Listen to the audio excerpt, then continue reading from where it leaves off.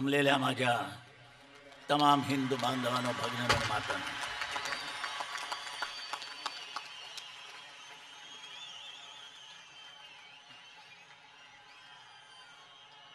याला वेळ झाला याचं कारण आजच्या या मैदानी सभेसाठी, शिवतीर्थावर या सभेसाठी जरा पैसे गोळा करत होतो. अगदीच वरदान असला तरी थोडा अर्धा तरी तोही जमला नाही.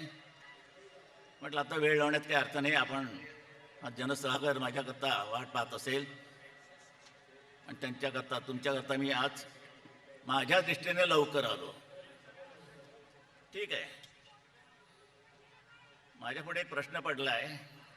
मला तसे काही धाड झालेली नाही आहे, बिलकुल नाही, आणि होणार नाही. दुसऱ्यांना होईल पण मला नाही होणार. एक फक्त दम लागतो मला, पण त्या विषयावरती अवलंबून आहे. शिवसेना ही दम देणारी आहे, दम खाणारी नाही आहे. होईल. हा जर माझा श्वासोच्छ्वास जरा मार्गावर आला ना, येतोय. डॉक्टर पण आलेले तिथे माझ्याबरोबर, डॉक्टर पारकर, त्यांनी मला वाचवलं. माझे कुलदैवत आहेच आहे आणि आज बऱ्याच वर्षांनी मी या शिवतीर्थावरती येतोय. त्या आदित्य या म्हणतात काहीतरी, आमची तिसरी कुठची रे पिढी आपली, तिसरी का चौथी, माझे वडील धरून. अरे वडिलांना का सोडता माझ्या, त्यांच्यामुळे तर आपण आहोत. ह्याच्यावरती जोरदार चर्चा सुरू झालेली आहे वृत्तपत्रातनं. मैदान 1, पिढ्या 3. आता असं काही येणार असेल मला माहीत असतं तर पिढ्या वाढवल्या असत्या. कल्पना नव्हती मला, आणि मी तरी कुठे शिवसेना प्रमुख होईन म्हणून मला वाटलं होतं. मी एक व्यंगचित्रकार, पण झालो खरा. आदित्याला तलवार दिली आहे. बाबा रे, काँग्रेसच्या राजवटीत तलवारीवर भांगडी करू नकोस. शिवरायाचा पुतळा इथे माझ्याच बाजूला इकडे मागे, तो बनवताना मी होतोच. आमच्या एकूणच्याच कलानगरमधले पानसरे आहेत, त्यांनी बनवला आहे. शिवाजीच्या हातामध्ये, महाराजांच्या हातात तलवार नाही, हिंसा.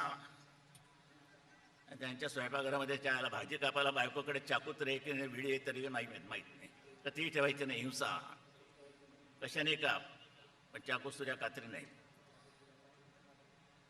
खरं सांगायचं म्हणजे उद्धवनी बहुतेक समाचार घेतलाच असणार,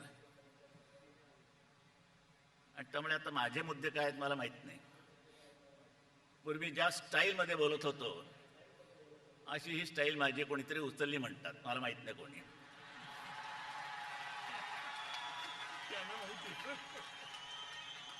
म्हणजे मी माझ्या स्टाईलमध्ये जर उद्या बोललो तर मी त्यांची कॉपी करतोय असं म्हणणार तुम्ही कदाचित. एक विनोद आठवतो. परीक्षा चालू असताना एका पोराने कोरा कागद दिला, कोरा पेपर, सोडवलाच नाही, कोरा कागद. तर दुसऱ्या विद्यार्थ्यांनी तक्रार केली, सर सर सर म्हणे बघा त्याने कोरा कागद दिला. तुला काय झालं? मी पण कोरा कागद दिलाय. आणि मग नाही म्हणे तुम्हीच माझ्यावर आरोप कराल मी त्याची कॉपी केली म्हणून. कोरा कागदाची कॉपी काय करायची, बोंबलाची. स्टाईल वगैरे ठीक आहे हो, विचाराला महत्व आहे. काय वाचन बिचन आहे का तुमचं? मराठी मराठी मराठी. अरे झाल्यानं तुमचा जन्म झाला नव्हता त्यावेळेला मी मराठी काढलेली आहे महाराष्ट्रामध्ये. ही साक्ष आहे त्याची, ही साक्ष आहे. जाऊ द्या. खरं सांगायचं म्हणजे खूपच मुद्दे आहेत. वाट लावली आहे या देशाची वाट. बरं, यंत्रणाने तुम्ही निवडणुका जिंकतात, मग लोकशाही आली कसली बोंबलाची? जशा मोबाईलवरनं आपण जसे स्टेशन बदलू शकतो, बोलू शकतो एकमेकांशी, त्या पद्धतीने सांगता येतं, ह्या पद्धतीने सांगता येतं, असं ते यंत्र बनवले. निवडणूक आयुक्तांकडे तक्रार केली. त्यांनी सांगितलं की तुमचं मशीन द्या मला. नाही, आमचं मशीन नाही देणार, तुमचं मशीनवर चालू आहे. केस चालू आहे. ज्याने मशीन चोरलं म्हणतात ते, चोरलं तुमच्या भानगडी काढण्याकरता. भानगड आली बाहेर की यंत्राने मतदान झालेलं आहे, यंत्राने. आणि हे मतदान करून सत्ता जिंकले, त्याच्यावरती बसलेत खुर्च्या उगवत. हे सगळं ठीक आहे, पण हे कितपत चालणार? न्यायमूर्तींचे काही निर्णय येऊ लागले. आता बघा, मला माहित नाही किती, आता पोलिसांना विचारतो, काय रे बाबांनो, 50 डेसिबल आहे नाही माझं काय आवाजाचं, किंवा हा जो एक जल्लोष झाला, हा आवाज बसतोय का तुमच्या 50 डेसिबल मध्ये?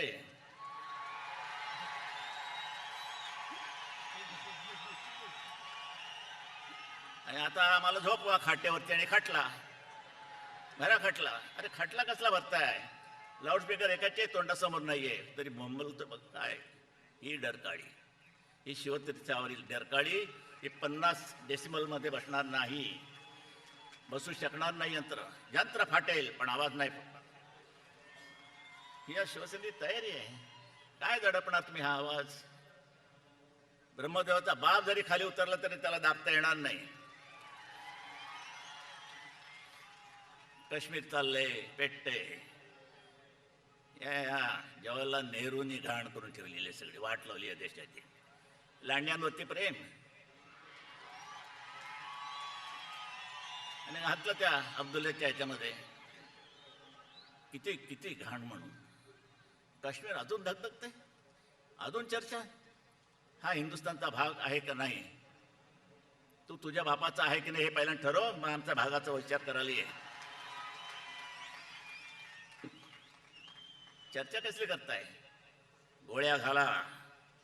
अफजल गुरु बोलला असेल उद्धव, 7 वर्ष झाली फाशी नाही, 2 मिळत नाही.